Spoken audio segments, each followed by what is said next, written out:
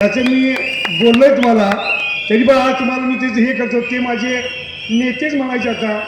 कारण मी माझं सगळं बाजूला ठेवून प्रत्येक वेळेला ज्याच्यासाठी पुढं पुढं धावलो ते माझे सहकारी मित्र आणि नेत्या आमचे अशोकराव चव्हाण, माझे जुने मित्र, खास करून ह्या कार्यक्रमासाठी आलेले सहकारी मित्र माझे नातासाहेब, जुनी माहिती आहे आमची.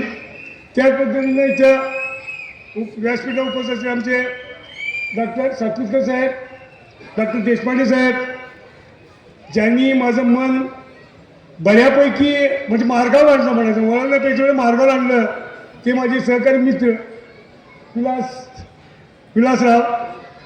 आणि अन्नासाठी खंबीरपणाने पाठीमागे कायम राहणारे आमचे विजयराव पाटील साहेब. तर सन्माननीय व्यासपीठ समोर बसलेले माझे सगळे बंधू भगिनी, आज बोलायचं खूप आहे. कमी बोलताना अण्णा पहिले शिकून ठेवू जरा कमी बोल म्हणून. साहेब, निवडणुकीला उभा राहायचा निर्णय हे 2 वर्ष अगोदरचा होता आणि हे तुम्हाला दोघांना नेत्यांनी माहीत नाही आहे. त्या नेत्यांनी काय केलं मी तुम्हाला सांगतो. मी माझ्या तयारीत होतो, ज्यावेळी उभा राहायचं म्हणून आता फोन करायला गेलो.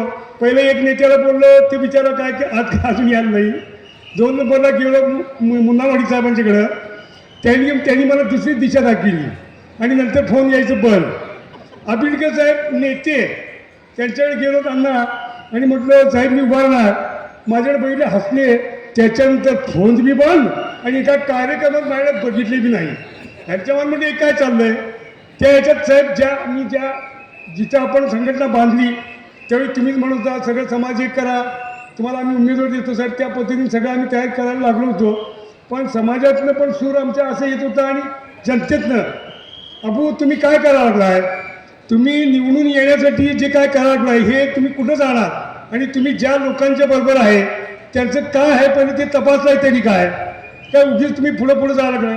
साहेब, ज्यावेळी मी त्या प्रत्येक मिटिंगामध्ये जवळ 20-22 मिटिंगा झाल्या, त्या मिटिंगामध्ये मी साहेब बघत गेलो. मी काय माझं नाव होतं, पण त्यांचं बोलणं आणि त्यांचं जे टार्गेट जे केलं जात होतं ते मला विनय कोरे साहेबांनी सांगितलं होतं. एखाद्यावरती जर का सगळेच जर तुटून पडले तर देव त्याच्या पाठीमागे उभारतो आणि त्याला सहानुभूती निर्माण होते.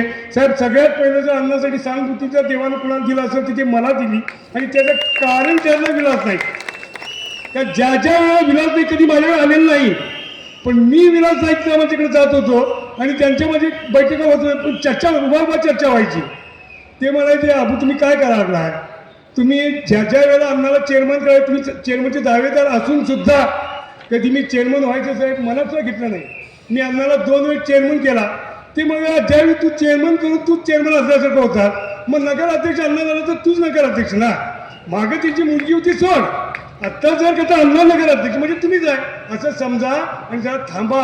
ही लोक बघा म्हणाले, जर अण्णा इथे असला तरच आपण अण्णाचं जे देवानं त्यांना भरपूर आयुष्य द्यावं. अण्णा ज्यावेळी पण इथे आजऱ्याचे ह्या कामात राहतील त्यावेळी आजऱ्याचा विकास होणार. या सगळ्यांनी माहिती आहे, सगळ्या जनतेला माहिती आहे. आपल्या नुसता आजरलाच नाही, तालुका सुद्धा म्हणतोय की खरोखर अण्णा काम करतोय आणि रात्रंदिवस तो काम करतोय आणि कामात झुकून देतोय. हे सगळ्या आमच्या आजरेकरांची माहिती आहे. त्यामुळं सहानुभूती ही आज सगळ्यात जास्त अण्णावरती आहे. मी इथं उभारलंय म्हणून का अण्णा येणार नाही, अण्णा हे निवडून येणार होताच, त्याच्यात काय ते मात्र शंका नव्हती. फक्त मी सत्वायचं काम केलं होतं, दुसरं काय झालं नसतं. साहेब, आज जे निकाल आहे ते निकाल लागलेला आहे. तुम्हाला इथं जे त्याचा सर्वे झाला असेल तर तुम्हाला कळलं असेल. साहेब, ते जवळजवळ 18च्या 18 असतील, पण जरासं अन्नाला सत्वा लागल्यामुळे काय ते होईल, पण 18च्या 18 असतील. पण खरोखर मी आज तुम्हाला इथे या व्यासपीठावरनं तुम्हाला आव्हान करतो, खरोखर शिट्टीवरती आपण सगळेजण दोन्ही मतं अन्नाचं आणि आपल्या वार्डाचं ज्याचं मतदान आहे तिथे शिट्टीवर द्यावं अशी मी कळकळीची विनंती करतो. दुसरं काय माझं खाली एक वर एक काही नाही आहे, तेवढं समजून घ्या. बस अण्णा हेच बोलायला पाहिजे तुम्हाला. हां, ठीक आहे. त्यामुळं मी एवढं बोलून साहेब थांबतो. जय हिंद, जय महाराज.